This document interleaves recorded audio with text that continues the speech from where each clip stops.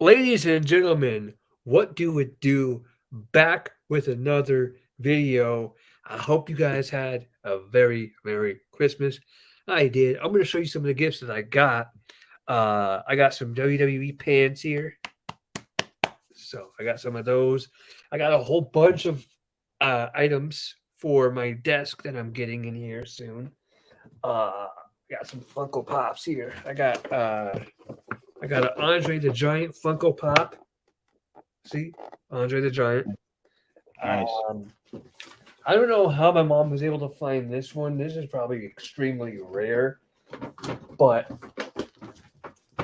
look at this. This is Rockin' John Cena right here. Nice. Yeah, I got a. I have a Undertaker American Badass. I have Razor Ramon.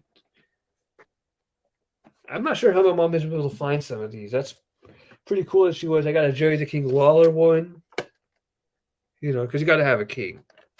Yeah. I got a Roman Reigns one, and if you look closely, I don't know how you'll be able to see because there's a reflection, but he has a belt with him. So yeah, that's what I got for Christmas. I got some other stuff too. I got like socks.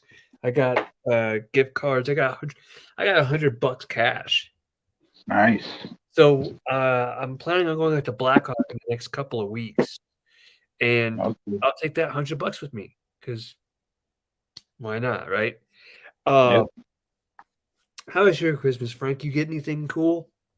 It was good. Yeah, I had a good Christmas. I still can't believe that we've reached Christmas. It still feels like last year's Christmas is yesterday. Man, time flies. It kind of does, doesn't it? Yeah. Yeah. I had my whole family over, and my dog loved. We had a lot. So a lot of Christmas dinners, you get ham or turkey or lasagna. Yeah. Well, for us, we had pizza.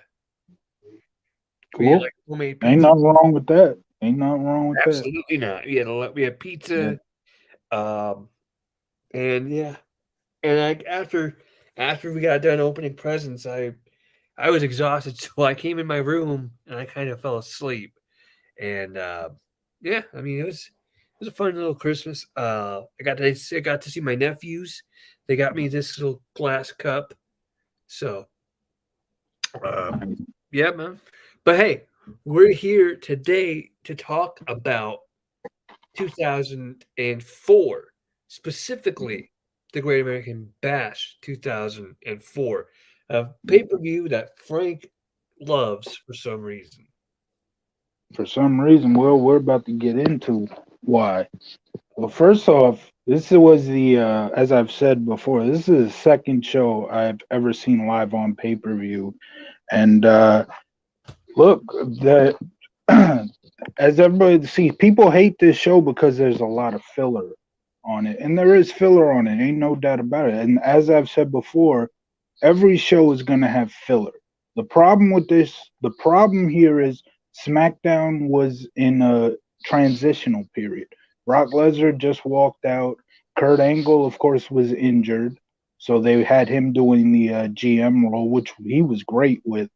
Um, so of course there was filler.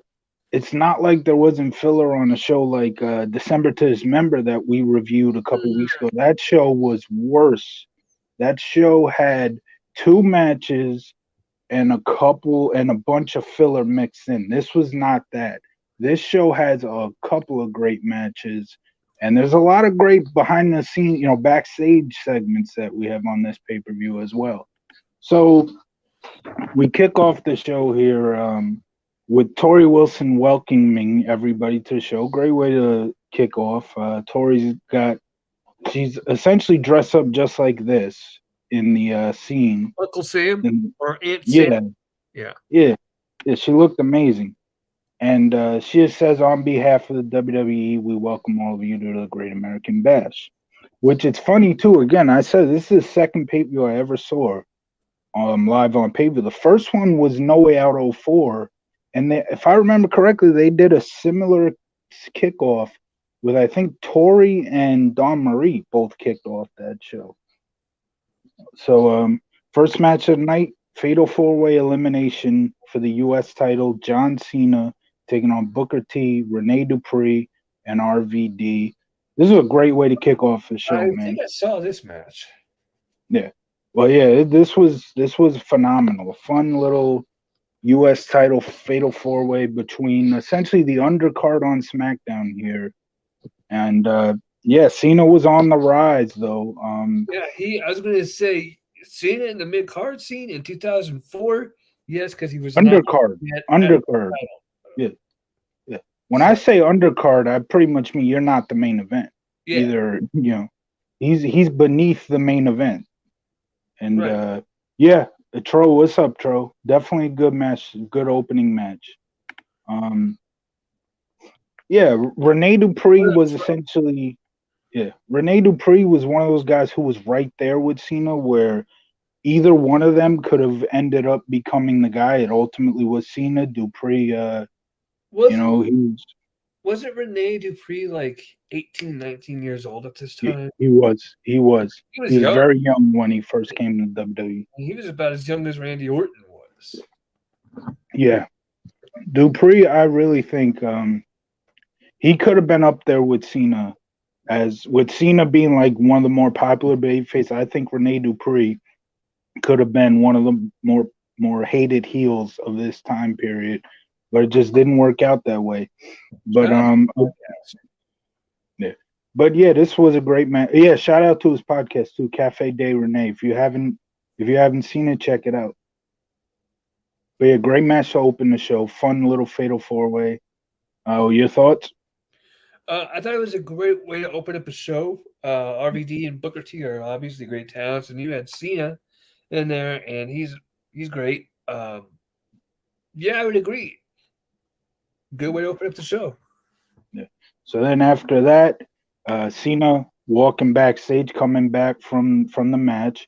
He walks by Charlie Haas and Miss Jackie, and Miss Jackie congratulates him on the match. Right. And Cena says thank you, and he said, You know what? You can come see me at any time." To Miss Jackie, he says, "Hit me up on the two way." Trying to flirt a little, trying to get some.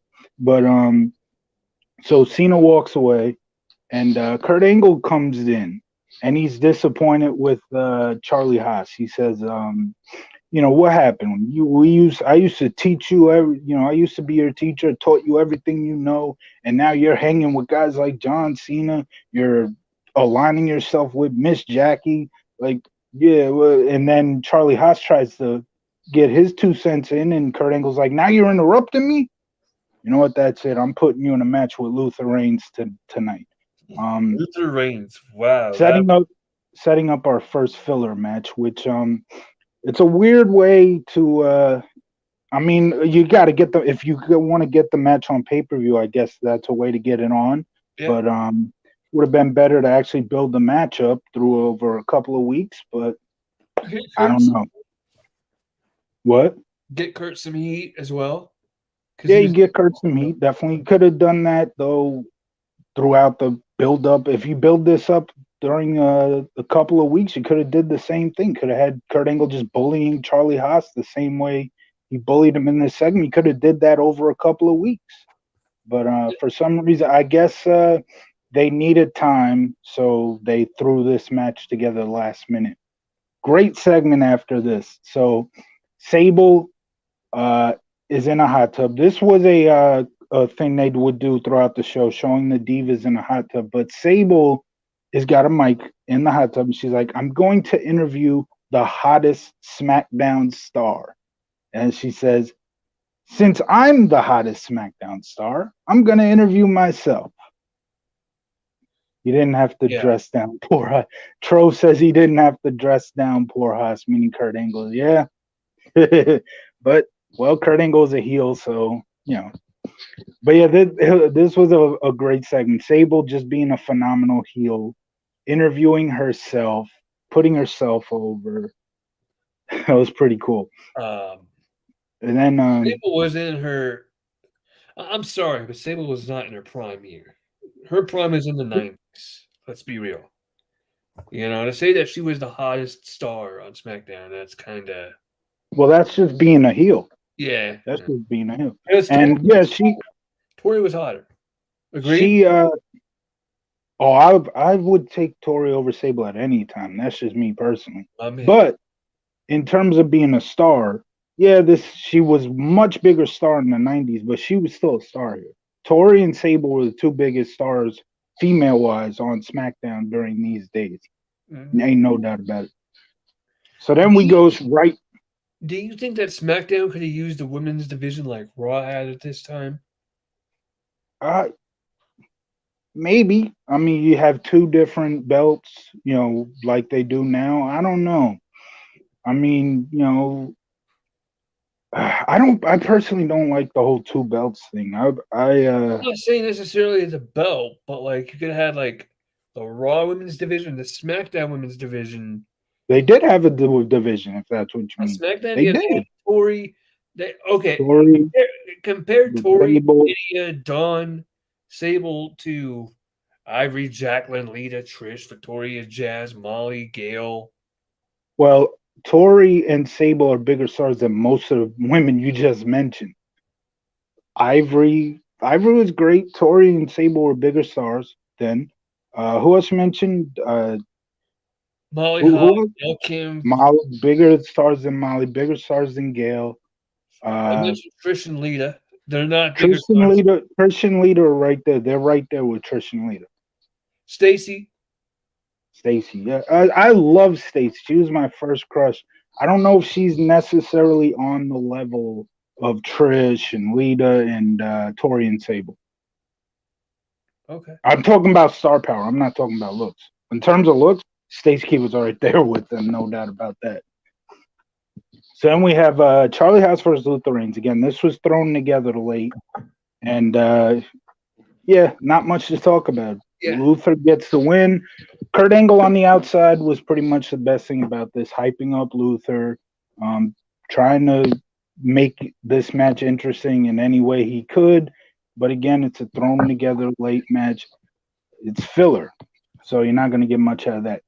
Now, Before we continue, I forgot to say at the start.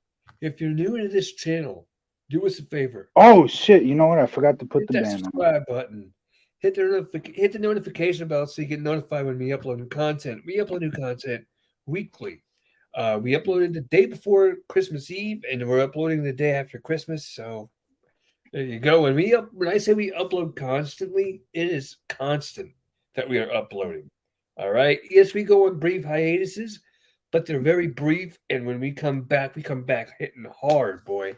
Pause. Yeah, Anyway, go ahead, Frank. and we can still do a couple videos this week Yeah. too. I have the we'll do New Year's Revolution '05, maybe Wednesday, and Okay. I'll at the end of the show I'll say what I want to do after New Year's resolution. But any thoughts on Haas and Luther No, Reigns? it was just there. It was just there to Yeah, put yeah. Kurt over as a heel It, even more. it's crazy how Reigns is the biggest star on SmackDown today, and in 2004 he was getting fucking matches thrown together on the card Frank, late. Frank, it's too early for this, buddy. Look at it. Anyway, Bro, it's still wait, it's so early, bro. I'm still drinking water. That's how early it is. anyway, the next segment, we got another segment here, and it's a great one. JBL, who was really right there with Triple H as the best heel in the company at the Whoa, whoa, time. whoa, whoa, whoa. The only reason Yes, JBL was champion is because Triple H didn't want to work Tuesdays. says the guy who said John Cena would never amount to nothing as, or not that he would never amount to nothing. Says the guy who said John Cena as a rapper, the rapper gimmick would kill John Cena's career. Yeah, says the so-called genius. Yeah, okay. And by the way, Hall of Fame rings. Bro, Let's count them. Hold on. Let's count Hall of Fame rings. JBL, one. That's the genius.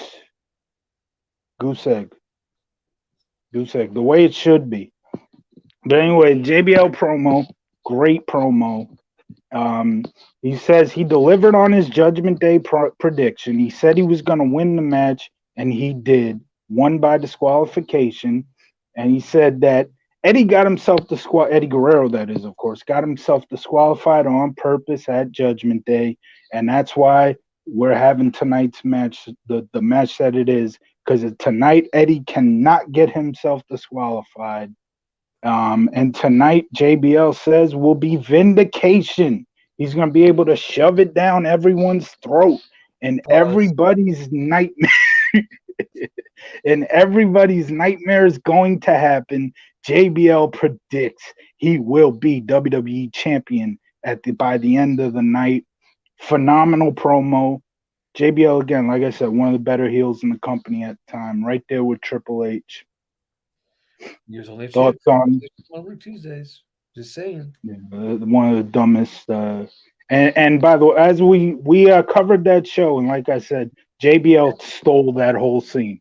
Everybody only loves to talk about what Paul Heyman said. JBL stole that whole damn scene. Nobody talks about that. His facial reaction. That review. Yeah, One Night Stand 05. It's actually our most viewed episode. And shout out to everybody who saw Slamboree 98. That was a pretty popular one too, isn't it? Yeah. Paul will get in when WrestleMania goes to Philadelphia, which they are next year, right? Who? WrestleMania is going to Philadelphia next year, right? I mean, if WrestleMania 40, 41.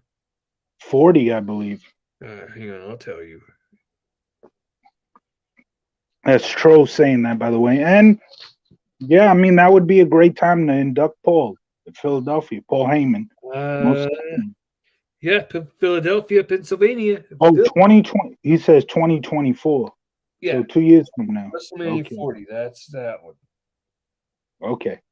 So we're coming up on so not 39. Not this year, next year. That's Yes. what Trost is. Yeah. This coming year is WrestleMania 39. 39. Okay. So I was wrong. I thought it was 40. I was wrong. Now 2024 is 40. 2023 is 39. Okay. What was I gonna say now? I don't know. Do I look like the brain? Oh man, I felt like I was gonna say something right before Tro's comment came in. Are you going to the next segment or match?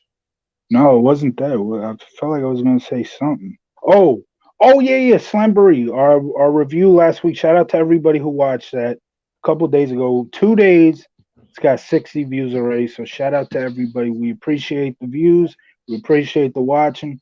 Mm-hmm. And we've even gained a couple subscribers in this past week. So yeah, appreciate it. Appreciate you folks. Thank you very much for sticking with us. Definitely. Hey, so I know this app is a little weird. I'm gonna show you, give you a little peek behind the curtain. But you see, well, you can't because this is all in the way. It's weird.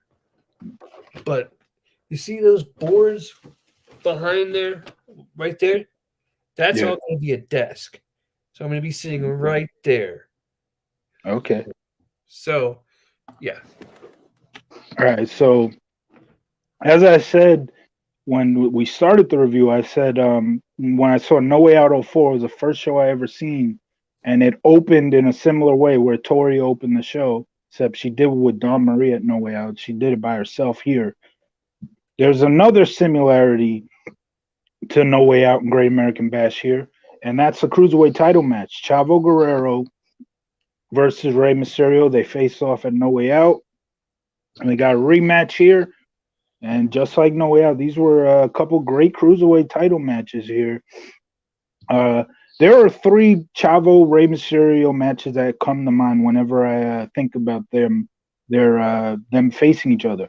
The 2 I just mentioned, and the greatest Sunday Night Heat match of all time, the Unforgiven 2002 Sunday Night Heat pre-show. Rey and Chavo face off. I honestly don't know how that didn't make the pay-per-view. We covered that show too. Go check that out. It was a great. It was a great show. It was a great show. It didn't necessarily need Chavo versus Rey, but I'm surprised that it wasn't on because they got 11 minutes to wrestle a Heat match. That's rare. I'm surprised you didn't mention their I Quit match that they had. Oh yeah, in '06, I forgot about that. Yeah. Yeah, Oh yeah. that was a They good. had a great yeah, they had a great feud in '06 too. I forgot about that for a second. It was a good Um team. It was kind of like a knockoff version of Eddie versus Ray, in my opinion, but it was still solid. yeah. So Ray got the win here. He retained, or excuse me, he won the title. Actually, he Yeah, didn't retain. He won the title from Chavo.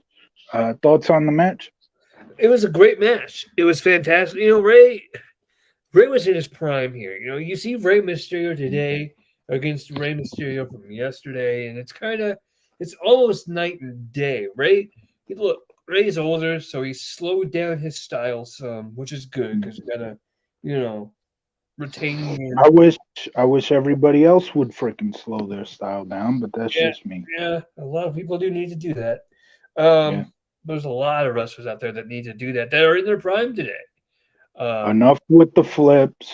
Enough with all the top rope shit. It's right. overdone. That's back then. It was through some down. Back in this day, we had the cruiserweights. That was it. The main eventers weren't doing that much top rope shit. And now today everybody does it. No matter what size you are, everybody does this shit today. There's nobody and the guys who stand. I was gonna say nobody stands out. A few guys stand out, and the guys that stand out, it's even better for them. The Roman Reigns of the world. He's a guy who fucking stands out. Tro says that Top Dollar jumped way too late. I say he shouldn't have jumped at all, but that's just me. Um, yeah, again, back then you had the cruiserweights. You had a few guys jumping, a few guys doing high spots and top rope shit. And even back then, the cruiserweight division had characters too, like Yeah, Jamie Noble. Jamie Noble wasn't some guy who just did some cool flips, some jump off the top rope forearms and whatever is shooting star press, suicide dives. Jamie Noble wasn't that type of guy. 360 double stomp. Yeah. Jamie Noble wasn't that type of guy. He was in the division that called for that stuff, and yet he still was a character. Chavo Guerrero was a character. Spike Dudley, after he turned heel a couple weeks after this show, was a great cruiserweight who was a character, not just a dude who The did Hurricane flips. could be considered a cruiserweight, and he was a The character. Hurricane, yeah, the Hurricane was tremendous, man. These guys weren't all about flips, and now today's main event are all about flips. Fucking AJ Styles and Finn Balor and all that. It's like, come on. Not that many people stand out nowadays, and that's one of the biggest issues with pro wrestling today. Spike the Spike boss. the Boss, yes, Yeah, Spike I the knew that. Boss. Speaking of Spike, he's actually in the next segment here. Tori Wilson in a hot tub. We got another hot tub segment. She's with a couple cruiserweights: Billy Kidman, Spike Dudley, the Boss, pre-Boss time, and Funaki. It's So, pre-boss time. No, I'm sorry. so, Tori asked, since they're cruiserweights, we just had the cruiserweight title, so she asked him about the match, and Billy Kidman made the comment of, well, if Ray was in there, he wouldn't have won the match, or if I was in there, Ray wouldn't have won the match because I'd be the one walking out with the title. And then Spike Dudley's like, whoa, whoa, whoa, no, I would. And then Funaki's like, no, I would. They're all getting in the argument of who would have won the match, and then Tori just stands up, and it gets quiet, and everybody's like, the Uh-huh. cruiserweights are like, and Look, Tori's like, come on. Anybody with the freaking two eyes would see Tori Wilson stand up and be yeah, like, even to this day, "Facts." even to this day. Well, it was good to this And day. Absolutely. Yeah. so Tori, So does Stacy. So does Stacy, though. yeah, yeah, Stacy, Tori, Trish, they all still look amazing to this day. Yeah. Um, and there's another woman who's pretty famous that I'm actually going to reference because that said woman was referenced during Sable versus Tori, so I'm going to mention that too. She still looks amazing to this day. I'll get to that later. But yeah. So Tori gets up and says, "Guys, I'd love to sit around and listen to you fight, but I got a I got match. a match with Sable tonight. I gotta go." So Sable loses, and then Funaki God bless America. Can't say it the way I can't say it the way Funaki did, but it was Oh, hilarious. America. Yeah, it was a hilarious segment or a hilarious little scene there. And now I we just got a pay per view. horrible for my horrible what's the word? For my horrible impression. Yeah. So now we got a pay per view debut here. Another one of the guys who they are trying to replace Brock Lesnar with. They're trying to, or at least trying to rebuild SmackDown now that Brock Lesnar has left. This is one of those guys they brought in. We're going to see another one a little later in the show. Billy Gunn takes on Kenzo Suzuki Oh, with Hiroko or Hiroku, I think it whatever. was. Yeah, Taz on commentary all like every week in the Kenzo Suzuki match. Her name, what's her name? Hiroko. um, of Taz course, on. Hey, I'm gonna say this. There's not that. I mean, we don't talk about AEW much, but I'm gonna say this. Taz is still a commentary, or still a gem on commentary. Still hilarious. I I I don't doubt it for a second, man. Taz was Cracks himself phenomenal. up.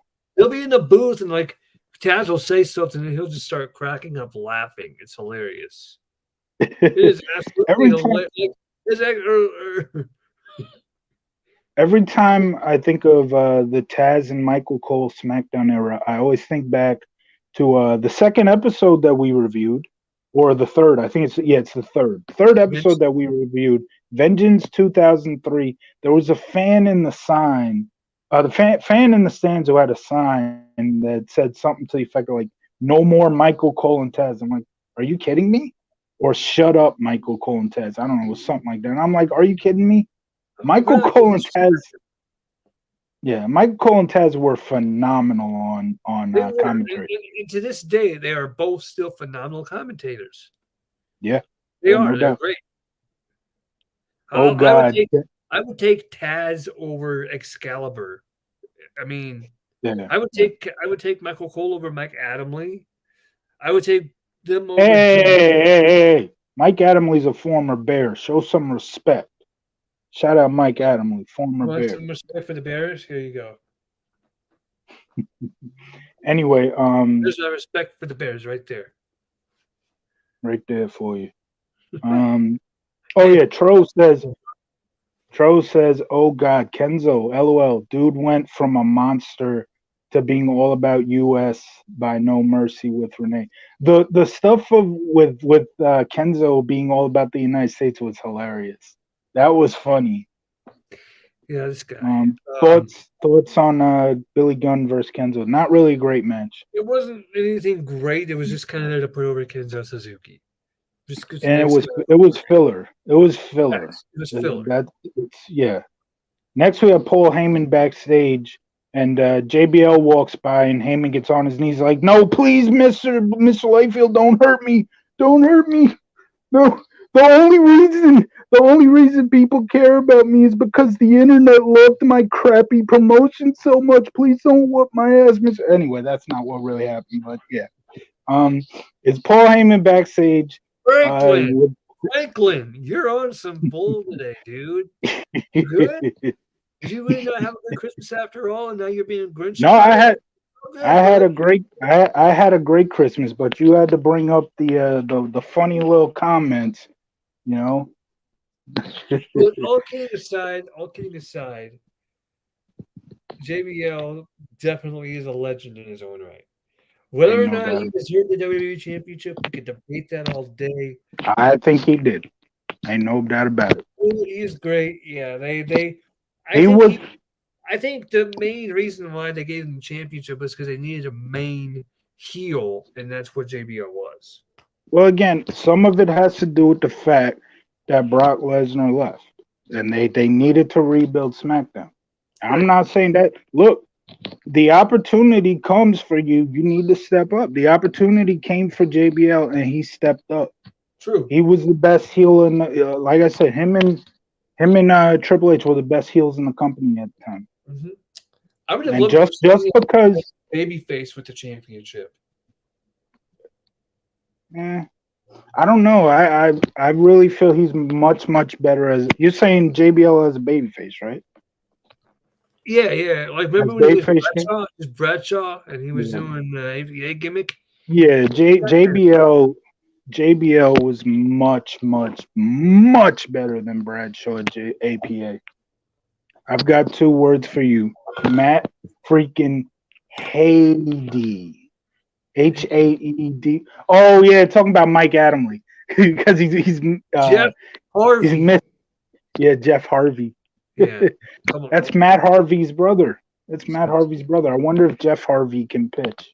On the subject of JBL, man, that guy is like even outside of wrestling, that guy is a genius. I don't know. I mean, that guy is tremendously smart. I was watching a interview that he did. I was watching it from 2018. He did a interview on a radio show with Bruce Pritchard and Eric Bischoff.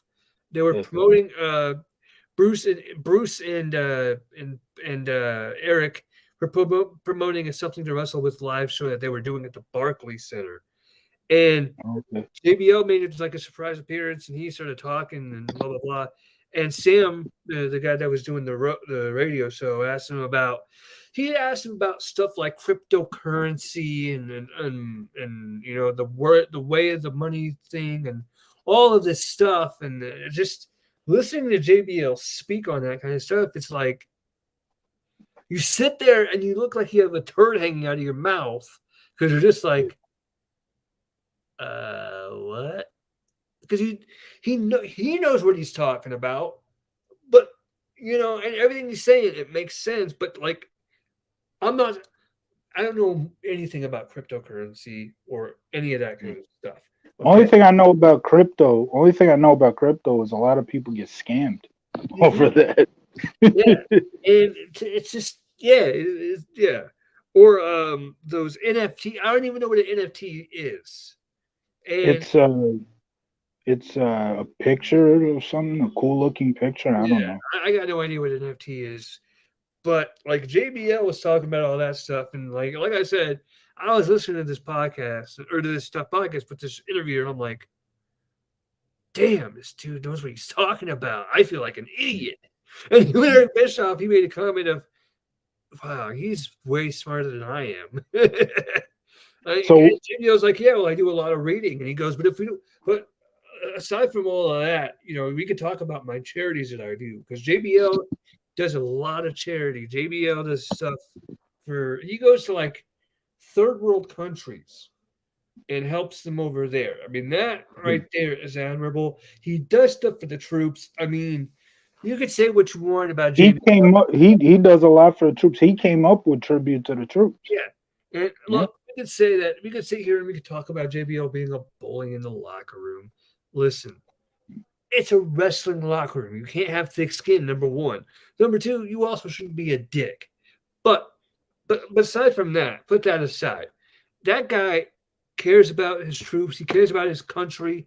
He cares about other countries as well. He's not just like that. But JBL, man, you know, a lot of people shit on him, but a lot of people probably wish they were as smart as he was. A lot of people probably wish they were as selfless as he is. I mean, that's all I gotta say about that. And one more thing about his title reign, because like I said, an opportunity came up the moment Brock Lesnar said, "Screw this, I'm done," and he walked out after WrestleMania 20. An opportunity arose, and they chose to give that opportunity to JBL. Opportunity went. Yeah, opportunity came knocking, and the thing is, yeah, JBL is not the type of guy that you would think would be your WWE champion. I get that he wasn't a mega star. This isn't Stone Cold Steve Austin. I understand that, Or Rock. but you know what? Yeah, but you know what? When opportunity comes, you got to be ready. It's just like when Drew Bledsoe, to bring a sports analogy to this, even though I hate when pro wrestling gets compared to sports, but you know, when Drew Bledsoe got hurt, some guy who wasn't exactly viewed to be somebody who was going to be great at the position, Tom Brady came in. People didn't think he was good enough. He was too small to be a quarterback, right? He went on to become the greatest quarterback of all time. Opportunity arose, and Brady ran with it. When JBL's opportunity came, he ran with it. He showed he can be one of the best heels in the business. You know, and he was a heel. He wasn't just about I'm gonna go in here and I'm gonna outwork everybody. I'm gonna put on the best match of the night. I'm gonna do fucking flips all night. He He wrestles went at Godzilla for Pete's sake. Come on now. that. You know what? And didn't that happen in Tokyo? Yes. It didn't happen at the Tokyo Dome, but it happened in Tokyo. That's a 7-star, 19 million stars, whatever you want to say. That was a classic 2005 match of the year right there. Okay. JBL. Talk about this What? next match. I'm gonna go use the restroom. Yeah, JBL and Godzilla, 2005 match of the year, man. I was gonna say something before that. Something else about Jay. What was I gonna say? But yeah, JBL, man, he got an opportunity and he ran with it. But anyway, get to the next segment here. As I was saying, Paul Heyman with Paul Bearer. Paul Bearer's tied up, of course, backstage, and Paul Heyman tells him, "You know what? Everybody thinks I'm bluffing, but you know I'm not bluffing. And if Undertaker doesn't do the Tro says Godzilla for Hall of Fame. Yes, Godzilla. Put Godzilla in the Hall of Fame. He freaking main evented in Tokyo with JBL. That's Hall of Fame worthy right there. um, so Paul Heyman says if you know I'm not bluffing, and if Undertaker doesn't do the right thing, I will not hesitate to pull that lever down. But then he tells Paul Bearer, who's to say even if Undertaker does the right thing that I don't, and so I still pull that lever. And so that segment ends with Paul Bearer, who's, his mouth is tied up. He can't really speak, but he tries to speak, tries to say, damn you. You can't really hear it, but next up, Sable versus Tori Wilson. I kind of want to wait for Christian to get back there, to get back here for this one. I don't want to start a review on a match before he leaves. But let's see. I feel like I wanted to say something else about JBL. I mean, well, this show really is about the beginning of his run on SmackDown, right? This was his show. He wins the title here tonight at this show.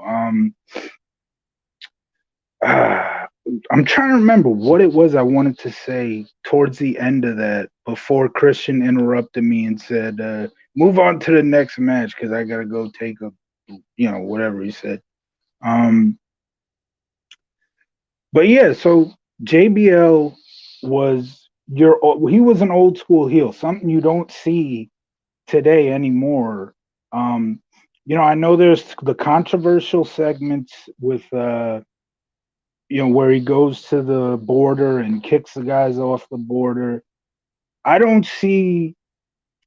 I mean, look, in reality, if somebody did that in real life, they're an asshole. But that's what being a heel is all about. And he's a television character. As far as I know, John Layfield doesn't go to borders kicking people out. There's, you know, it was a scene on a television show. I don't see nothing wrong with that. Um, it was a great heel moment, and JBL had a lot of those. He understood what it means to be a real heel, and sadly, we don't see those too many of them anymore. I think Roman Reigns. I don't know if he's still. I think he's still a heel with the Bloodline. I'm almost certain. Roman Reigns is a great heel, but even on JBL, just saying, if we had JBL at the border, we wouldn't have a problem. I'm not gonna touch that one. um, but yeah, Roman Reigns is probably the best heel in the company today, and for good reason. He is a star, but there's nobody like Bradshaw when he was JBL. Him and Triple H in this time in 2004, and Triple H of course did it was doing it before 2004. But yeah, they were the two best heels in the company. and people didn't like. Well, all right, Ladies and gentlemen, welcome back. a special guest in the house. Okay, Jackson Riker. My boy. My boy. Huh?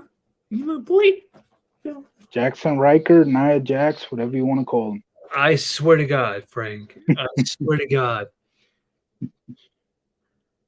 So, yeah, like I was saying, there's just one. I was going back to JBL for one more second because I wanted to say there ain't no true heels like him anymore, man, and No. it's a shame. Yeah, it's a damn shame. Actually, no, that's not true. There is. Who? Is Oh yes, Miz too. Yeah, I was. Yes, Miz is definitely up there. MJF too. Those okay. are the two guys. Those are Actually, the two you know guys what? I would. I'm going to say something you're probably going to disagree with. Mhm. 'Cause I know you don't watch much of current product. I would say that MJF is a better JBL. I have seen enough of MJF to disagree with that. You what? I've seen enough of MJF, even though I have not seen most of the current product. I've seen enough of MJF to disagree with that. You can disagree all you want, but facts don't care about your feelings. Anyway, Yeah. So moving on. You totally missed the Paul Heyman segment where he had Paul Bearer tied up. Did you see that? If you did, what are yeah, your I did thoughts? see that. I think I did. Yeah, So he what? kidnapped him, right? He kidnapped Paul Bearer. No, well, that happened on a SmackDown. I'm talking about this segment here right after Billy Gunn Kenzo Suzuki's Yeah, match. poor Paul Bearer, always getting kidnapped. Yeah, It was Paul Heyman, then it was Edge. I mean, damn, bruh. yeah. So next up, like we said earlier, two of the biggest female stars in the company, Sable versus Tori Wilson. Uh, you know, the one problem I would have with this match was I feel like it needed a better build up, but that's about it. Otherwise, in terms of problems with this match, I mean, ain't nothing wrong with putting Sable and Tori Wilson on the card. Two of the bigger stars on SmackDown, two of the biggest female stars, and like I Bruh, said, I mentioned. look at this dog giving me these. Do you see these eyes? He's giving me the cutest puppy eyes right now, dude. I don't know why. And Buddy. What's up? You good? Oh, that's my boy. Oh, Yeah, I mentioned earlier that somebody was referenced in this match, but there was reference was made by Taz, and I want to bring it up because I did a video a couple of weeks ago about this, where I had my dream Attitude Era feud, and Taz at some point in this match, Taz started talking about women in Hollywood. He mentioned somebody first. I forgot who it was, but she's irrelevant to what I'm going to say here. The next person that Taz said was Cameron Diaz. And I literally just did a video a couple of weeks ago, Dream Attitude Era feud, where it was Sable, who again was in this match when Taz referenced it, and the other person was Cameron Diaz, the one of the biggest stars in WWE at the time, the biggest star of the Attitude Era, one of the biggest stars of the Attitude Era, Sable, and at the time, one of the biggest stars on the film, Cameron Diaz. And like I said, if you want to hear about that feud, you can go watch the video. It's still up there. Dream AE feud. Um, oh Frank. yeah, and the feud would take place. I know what you're gonna say. Of course, you're gonna have a problem. I know you're gonna have a problem with it. But before you say anything, the video is up. Um, and I want to say it takes place around WrestleMania time, 1999, because that's when Sable was a heel, and of course, Cameron Diaz can definitely play the baby face role. So that's why I wanted to do it in that specific time. Frank. And of course, it's not just because it isn't a wrestler, they can't be on a wrestling show. As if we Actually, you know haven't. what? Actually, you know what? I'm not even going to disagree with you, bud. Two big stars I'm right there. just, you hear that kind of thing out loud for the first time, and you're like, "Oh my god!" But then you look That's at it, because you're in the wrestling bubble. yeah. You're in the But wrestling I bubble. actually could. I, I, Yeah. I I think that could be a better match, honestly, than I didn't say match. I but didn't say match because I this do. I do say in the video that Cameron probably wouldn't want to get in the ring. And I said that would be fine. You could so still. wait, yo. So they have a feud. Well, what's And the here's what I say in the video. So in real life, Sable's opponent for WrestleMania was Tori. right? So that would be WrestleMania 15, So Cameron would 1999. be in Tori's corner. Yeah. So here's how it starts.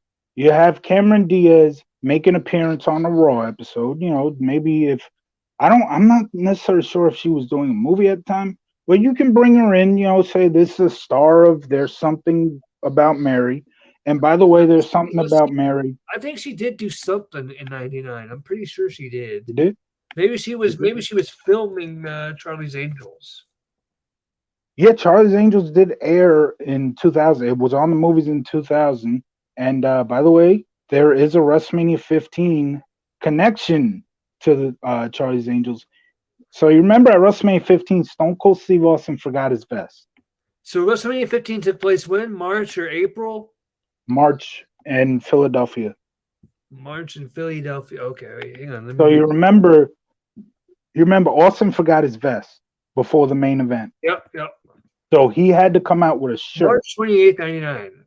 Let's The see. exact the exact shirt They that could have he wore. promoted. Wow, they couldn't have really promoted any of her movies. What the fuck? That's why Yo. I said I know her movie listing. I don't think she did anything in '99. But Well, yeah, she so the movies, but they were in like the late '99. Maybe she was filming one of yeah, these movies. maybe. Yeah. But you can't promote something that's being filmed. That's the problem. But yeah, so Austin comes out with a shirt, and it's like the Austin shirt where he's got the weird arms. It's like rattlesnake arms. That exact shirt makes an appearance in Charlie's Angels in the 2000 movie. I forgot what's her name? Drew Barrymore. Drew Barrymore's character wears the shirt in that movie. But so anyway, by the way, I mentioned There's Something About Mary, all-time great movie, and it's goaded not just because Cameron Diaz is in it, but it's goaded for the fact that at the end of the movie, Cameron Diaz dumps Brett Favre. Can we She talk is about goaded? Okay, so you want to talk about goaded movies? We're gonna stick with that comedy genre for a minute because we're gonna get off subject here for a sec, folks. So just bear with us. yeah, If you want to talk about goaded comedy movies, I mhm. got five right off the bat, and I don't know if you've seen any of them, but I'm gonna name them. And we can go through them if you want. Mean Girls, Dodgeball, The Hangover, 21 Jump Street, and Anchorman. I've seen Jump Street. Out of all four, those are the only ones you've seen. You've not seen Mean Yeah. Girls. I definitely want to see all the ones you mentioned. I'm definitely going to see at some point. Have you not? You've not seen Mean Girls, Frank. Not yet. I've told you we've had this discussion already. But anyway, You've moving not on. seen the Hangover movies, No. bruh. When I went to Vegas and when I went to Vegas 2 years ago, Mhm. we stayed at Caesar's Palace specifically because of that movie. Okay, fine. Cool. Wow, you've not seen Dodgeball. No, I've not. We've gone through like all these movies we've had this conversation before. Yeah, you're right. You're right. Yeah. Yeah. So I'm anyway, I'm here's sorry, Frank. I forget you're no, a it's okay. cultured over there in New York. You know, you like shows like Charmed and Buffy. So Charmed in Buffy is the greatest fucking drama of all time, and Charm is second to it. But anyway, as I'm trying to get to the story here. The how I set this up on my video. So you have Cameron Diaz come out on Raw. You just say, since she didn't have a movie at the time, you just say we got the star of There's Something About Mary, because that was still 2 years ago Or at the star of time. the upcoming Charlie's Angels. Who know did was it official that it was upcoming yet? I don't know. It's like a year away at this time though, so I don't know about that. You just call her the star of There's Something About Mary, of a movie that was just 2 years prior, and so act like she's just there to make an appearance. But then you have Sable come out. You say, hold on, you may be a star on the big screen, but you're in my world right now, so you need to get out. And Sable attacks her and all that. And so the next week on Raw, you can have Cameron Diaz come out and say, I'm not a wrestler. I don't want anything to do with this. But if Sable wants to fight, I'll pick somebody for her to fight. Ultimately, she picks Tori. They have the women's title match at WrestleMania. Sable retains, but then right after that, you can have Sable kind of gloating, having the belt in hand, like, yeah, I'm the champ, I'm the champ. But then have but again, also like I'm the champ, taunting at Cameron. It's like, Frank, see, you're in my world. You need to stay out of my world. This I run this place. And then you can have Tori get up. be right back. Tori, Sorry, I'll be right yeah. back. My stomach is turning on me. I'm sorry. Hold on. Be right back, folks. All right. Sorry, Frank. I gotta go. Yeah. Go ahead. I'm trying to minimize my. Yeah. All right. So we're gonna have to wait on wait on Christian here. Well, so remained after this. Hold on. Yeah. After Sable and Tori. So Sable and Tori had a solid match. Um, my only problem with it would be it needed a better build up, but still a great match. We just have a couple segments after that, so I can get through those, and then once Christian comes back, I can finish what I was about to say for that whole Sable Cameron Diaz thing. But if you've seen the video, you know how it ends. But I will get to that once he gets back. So you see Undertaker getting ready for the main event. He's sort of in a dark alley, a dark spot, just getting his thoughts together and getting ready for the match. That was a good little quick segment right there to show Undertaker getting ready for the match. And then we have a bit of a funny segment here. So Don Marie is interviewing Rene Dupree about the U.S. title match that just happened, asking him, you must be upset about losing the match. To which Dupree says, I'm going to protest this and I will get a rematch. And he said, I'm going to get my rematch. I'm going to win the U.S. title. And then the FBI interrupts him, the full-blooded Italians. And I honestly did not remember that the full-blooded Italians, even though I remember this segment so well, it like just hit me today while rewatching the show. Like, wait, Johnny the Bull Samboli's got FBI gear on, full-blooded Italian shirt. And I'm like, were the full-blooded Italians even on SmackDown in 04? I swear, I do not recall them being on SmackDown in 04. I know them being the full-blooded Italians in 2003, and they were a decent little trio back then. But anyway, Johnny the Bull, if they're not the FBI, Johnny the Bull Samboli for some reason is still walking around with FBI gear on. So Nunzio interrupts them. Well, actually, before they interrupted this, Rene Dupree started getting a little flirtatious with Don Marie. He's like, "Do you want to see my French tickler?" And then he, of course, does a little dance he always used to do. And then that's when Nunzio and Johnny the Bull come in, interrupt. Who was it? Rene Dupree, and then Nunzio is like, "Don, if you think that's special, why don't you take a look at my 15 inches?" Like, wait a minute, what the hell? And then, of course, he's like, "You guys might want to stand back this."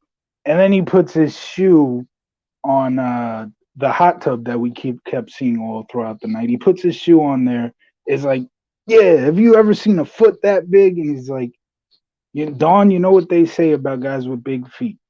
And then so Don understands what he means after Nunzio kind of explained it a little more.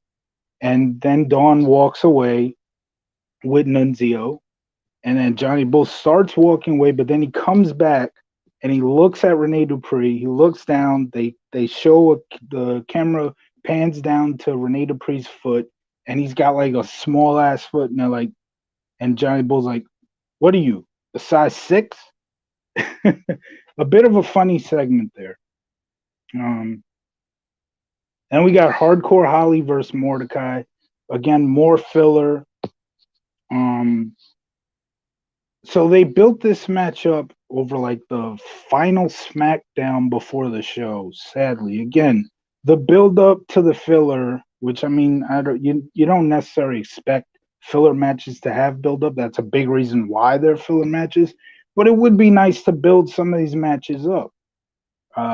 You got the first match, the first filler match, which was Haas and I almost said Roman Reigns, Haas and Luther Reigns got built up just because Kurt Angle was mad at Charlie Haas for interrupting him. Just literally right before the match. That's how they built it up.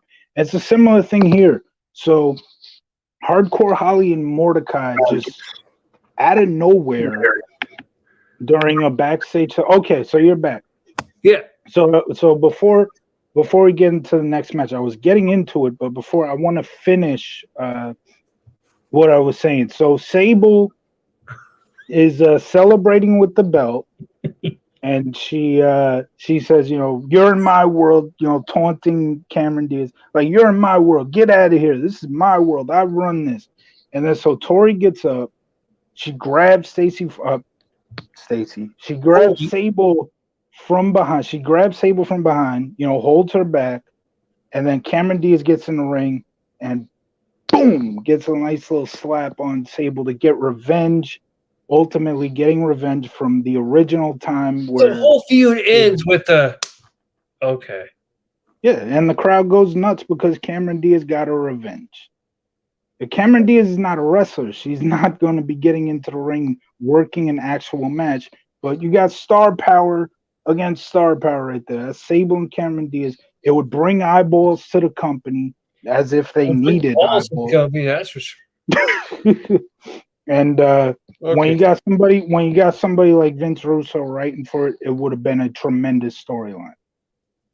Yeah. So you already know how I feel about Vince Russo, so we won't get into that. Greatest writer. It doesn't matter how you feel. He's the greatest writer of all time. Oh, so your thoughts on Sable and Tori versus Tori? I mean, it would be an interesting. Oh, about Sable versus Tori Wilson? Yeah.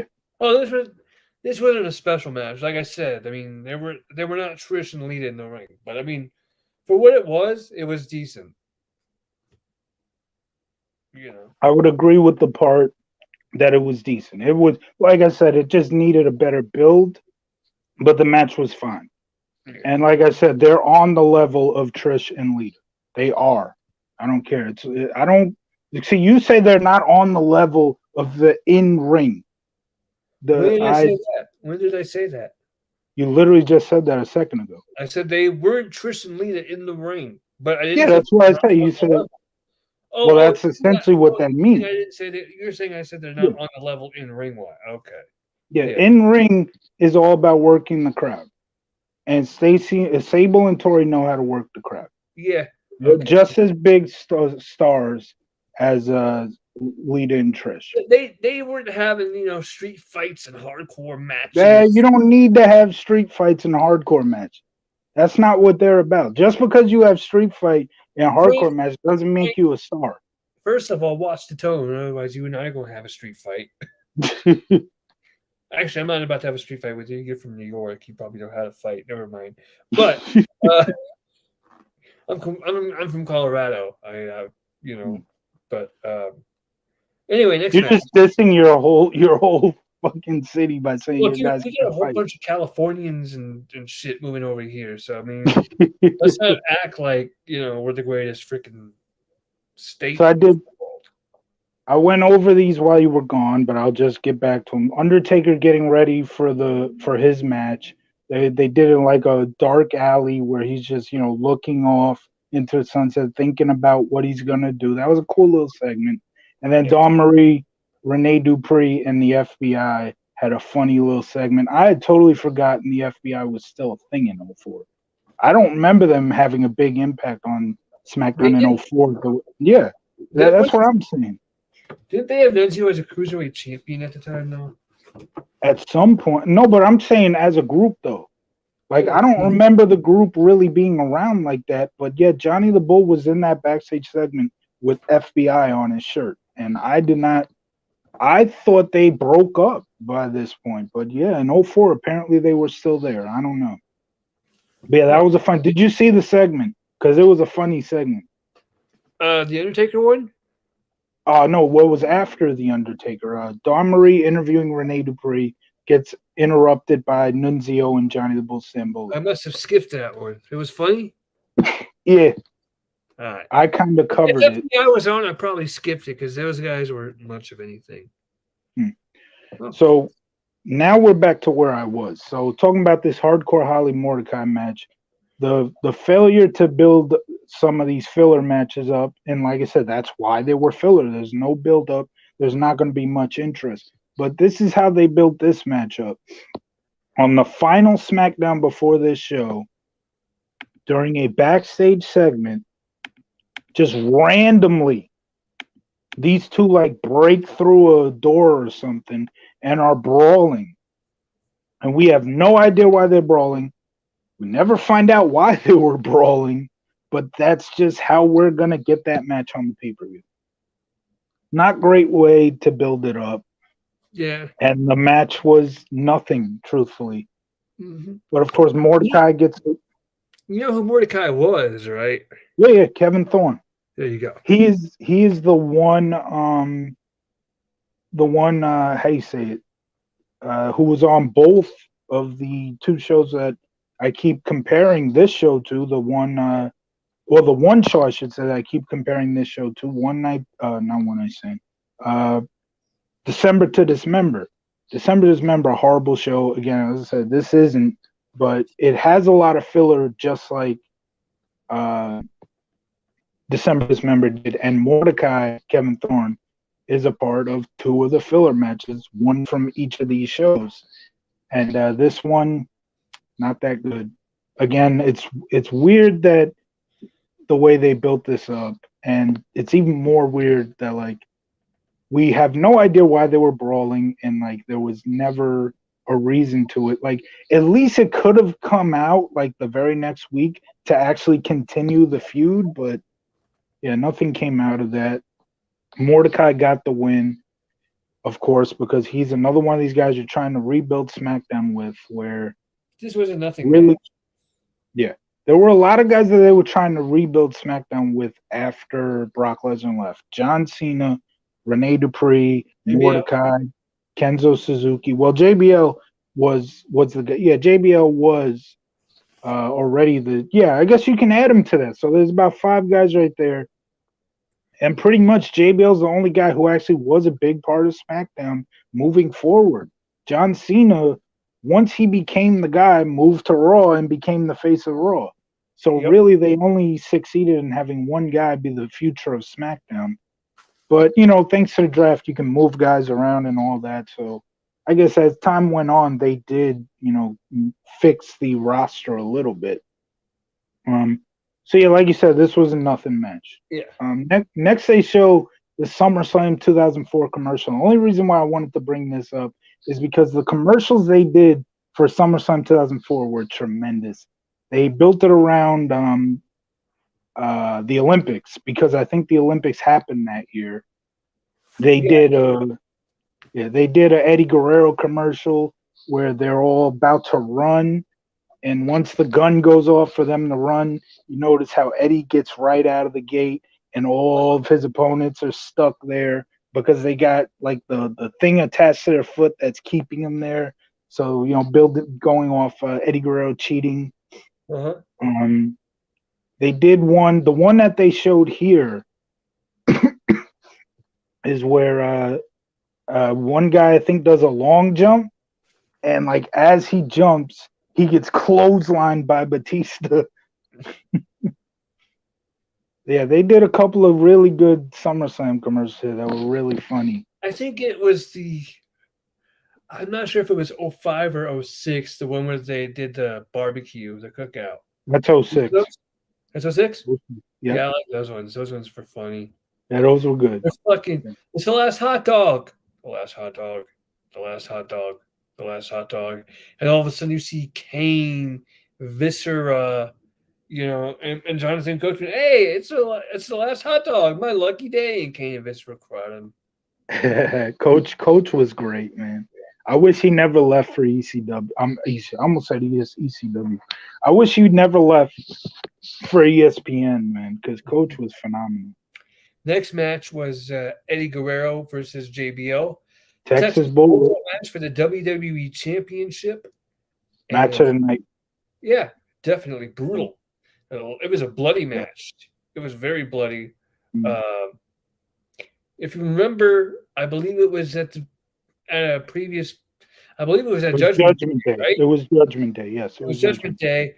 JBL took a chair and just whopped Yeah. poor old Eddie Guerrero in the skull. And And it's a Eddie, shame. there's It's a no shame. way that Eddie. blood was fake because Eddie was pouring it down.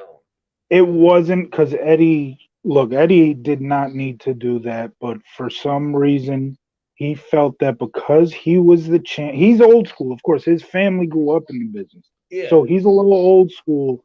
And because the ratings for SmackDown were down, and he's the guy holding a belt, he felt that that's his fault, which is not true. When the biggest star of the company walks out, and like we said, they were lacking star power. This is a 2 hour wrestling show every week. You can't just rely on one guy anymore. This isn't the 80s where, it's Hulk Hogan and Hulk Hogan's going to sell the tickets, so it It's doesn't so matter. cold. And well, even back then, well, no, because when Stone Cold, that was the night, they still, by that point, that old school mentality was out the window.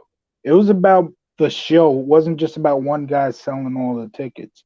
But even back then, when they had Hogan, they still had a couple other stars like Randy Savage, Ultimate Warrior, and all those guys. But Andre. yeah, Andre. But there is that old school mentality where when you're the champ, if things ain't going right business wise, that's on you. And that just in ever since the Attitude Era, that's really not true because this became more of a television show where, especially when it's a 2 hour show too. Like I said, there's got to be more. You can't just bring the champ out for 2 hours straight and have him just do whatever do. So you got to have more than one person. And at this point, for a 2 hour show, and look, I love SmackDown at the time. I don't know why people weren't, or I shouldn't say I don't know why, because I understand honestly because star power is important, and they were lacking star power at the time. So I understand in that time, but they were making up for it with some really good angles. This is one of them. This is one of the best angles of 2004. And the very next match was another great angle from 2004 we're going to get to. But Eddie Guerrero felt that he needed to step his game up and do something crazy. And that's where this chair shot came from. He took that chair shot legit. And every time I see this, you can hear the voice of some lady. I guess she was sitting in the front row, maybe sitting like right next to it. The screech she lets out, that's like one of the more memorable parts Uh-huh. of that chair shot because her screech summed it up. And you can see at one point, the fans in the front row are like handed a towel to like wipe the barricade down because like I guess after Eddie got hit with the chair, I think they moved over to that area. It's where the hard cam would be facing. So that whole barricade all of a sudden got like bloodied. So they had to hand the fans a towel, and the fans were like wiping the barricade down at one point in that match. But yeah, Eddie Guerrero felt that he needed to do that, which because he was the flag bearer, he was the champ. And it's not true, man. The reason why SmackDown was losing ratings was because your biggest star in the company walks out and he's on SmackDown. He walks out, you can't just replace him right away. You don't have guys in place, especially because of the brand extension. You're not going to have guys in place unless you move somebody to SmackDown. And of course, they tried that with Triple H. Triple H didn't want to go. And I don't blame him. He's got something really special going on with Evolution. Why break up Evolution so early? So I can't blame Triple H for staying on Raw. Folks, And here's in case you're wondering what it is. Here we go. Ready? Ready? what is it? Boom! I don't see no nose eyes. Oh, yeah. Yep. Crazy, man. And now look at Eddie's head. Yeah. It's just pouring buckets, right? Oh, I don't think they're going to show the actual photo of him pouring buckets. Yeah. Um, but yeah, this clip Um, was courtesy of WrestleMania on YouTube. Go follow WrestleMania. yeah. They have great content, so I would strongly suggest to go check them out. So, but the one great thing that chair shot did lead to, although, was it worth it? I don't know. I think this match could have still been great even without it. Eddie Guerrero went out and fucking messed his head up over it. I still feel like he didn't need to do that, but they did a great job of having Eddie Guerrero get his receipt. They Mm-hmm. did the same exact way at one point in the match. JBL throws Eddie off of the SmackDown announce table, and then JBL's walking towards him. Eddie Guerrero turns around, whack, chair shot off the head. Yeah. Eddie cut Yeah, himself Eddie badly. That's why cut so himself much blood. early. Yeah, yeah, and he felt like he needed to do that, which is a shame. Well, this match was great. I thought. It was. It As, was. It was phenomenal. and then the next match is the main event. It is the Concrete Crypt match. Undertaker versus the Dudley Boys, 2-on-1 handicap match, and Undertaker would walk away with a pinfall after the match. But hang on. So yeah, like I said, this angle was very underrated. And I actually have something that I want to talk about how I wish this would have continued, or what the aftermath would have been. I'll actually talk about. But first, I just want to talk about. So Paul Heyman was mad at the Dudley Boys after a match. I think they won, but they were getting excited, but Paul Heyman wanted more. They're celebrating with Paul Heyman backstage, and Heyman just goes whack, smacks Devon, or he smacks Bubba. I think he smacks Bubba, Yeah. and then he goes to smack Devon, and Devon counters and is like, "What the hell are you doing?" He's like, "You guys aren't motivated. I want you guys to get motivated." And uh, yeah, so he tries to motivate the Dudleys, and Dudleys are like, "Well, we're gonna do something to show you that we're motivated." And then later in the night, they show the Dudley Boys stuffing somebody into a trunk, and Bubba Ray, just as he's about to close the trunk, goes, "Last ride, Paul," and he slams the trunk to make you believe, okay, so they got so mad at Paul Heyman that they took his ass, slammed him into a trunk, and closed the trunk. But the key word was last ride. Paul. And right after the trunk closed, the camera cuts over to the urn that is laying on the ground. Paul Heyman picks it up and smiles. And so Paul Heyman tells Undertaker, if you want if you want Paul Bearer back, you have to join me. And this was a phenomenal end to the July 10th, 2004 SmackDown. It's like, you join me, If or you you will want never. backstory, go back and watch the 2004 SmackDown. Yeah. Well. Hold on. He tells uh, Undertaker, if join me, or you will never see Paul Bearer again. Yep. Undertaker decides he will join him, and that. So I will. That's what I'm trying to get with the aftermath that I'm gonna get to soon.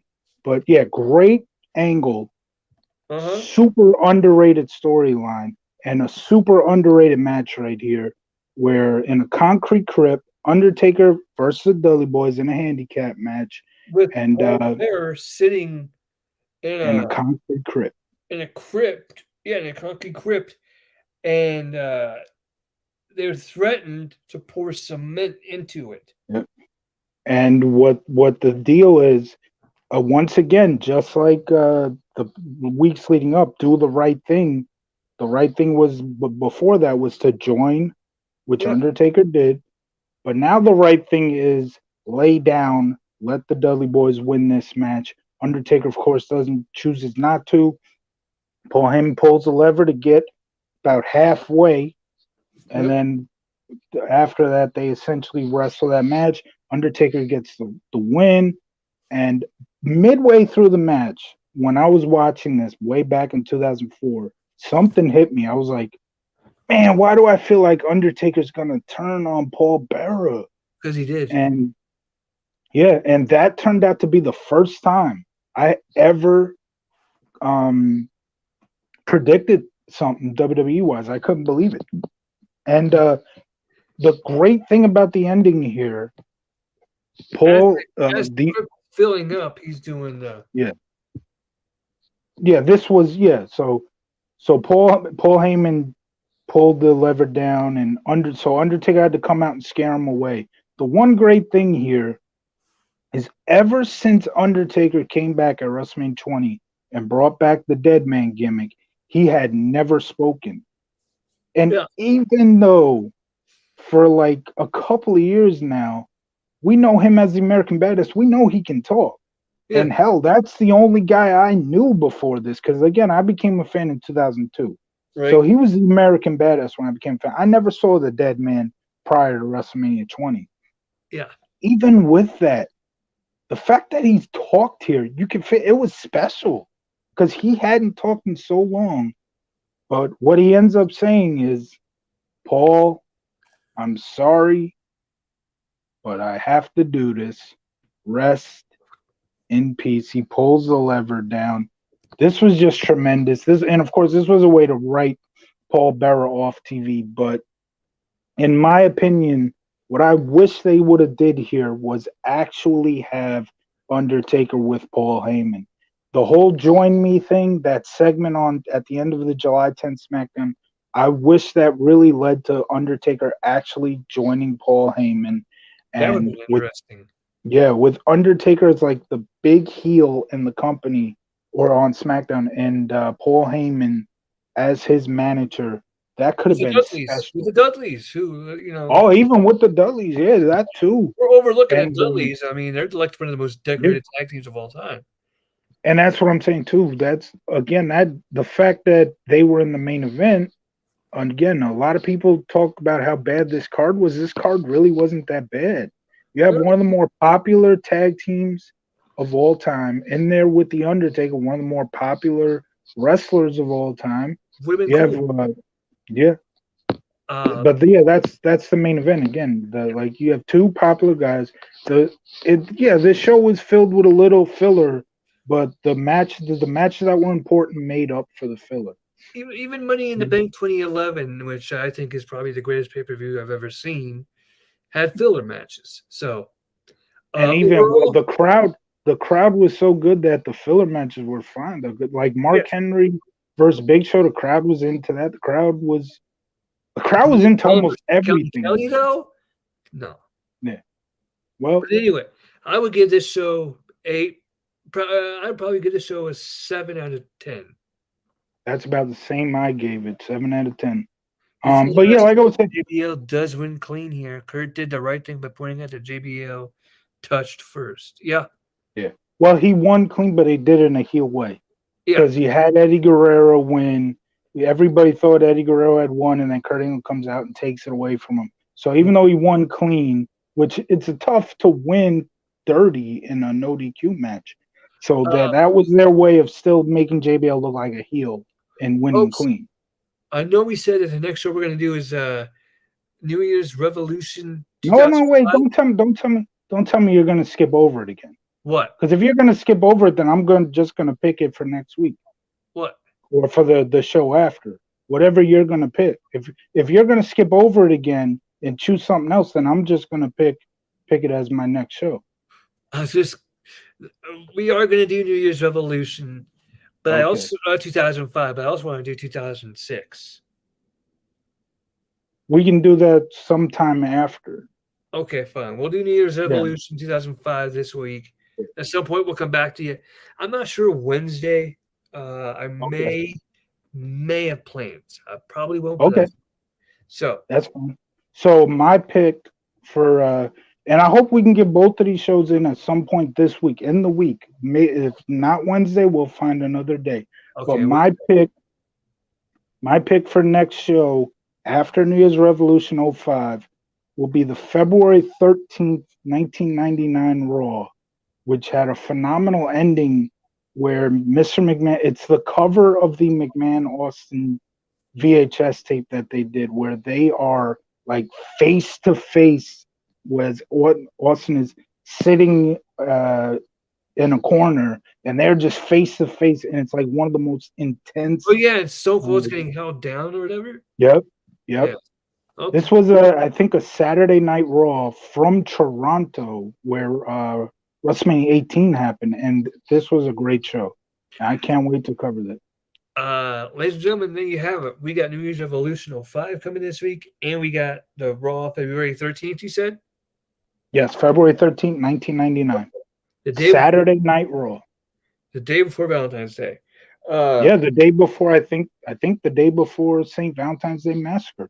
yeah. Shout out to Tro Kavanaugh for joining us in the comments. Appreciate Yep. you, brother. If you're new to this channel, hit the subscribe button, hit the notification bell so you get notified when we upload new content. We upload new content weekly. This week I think it might be daily. I'm not sure. Until next time, he's Frank.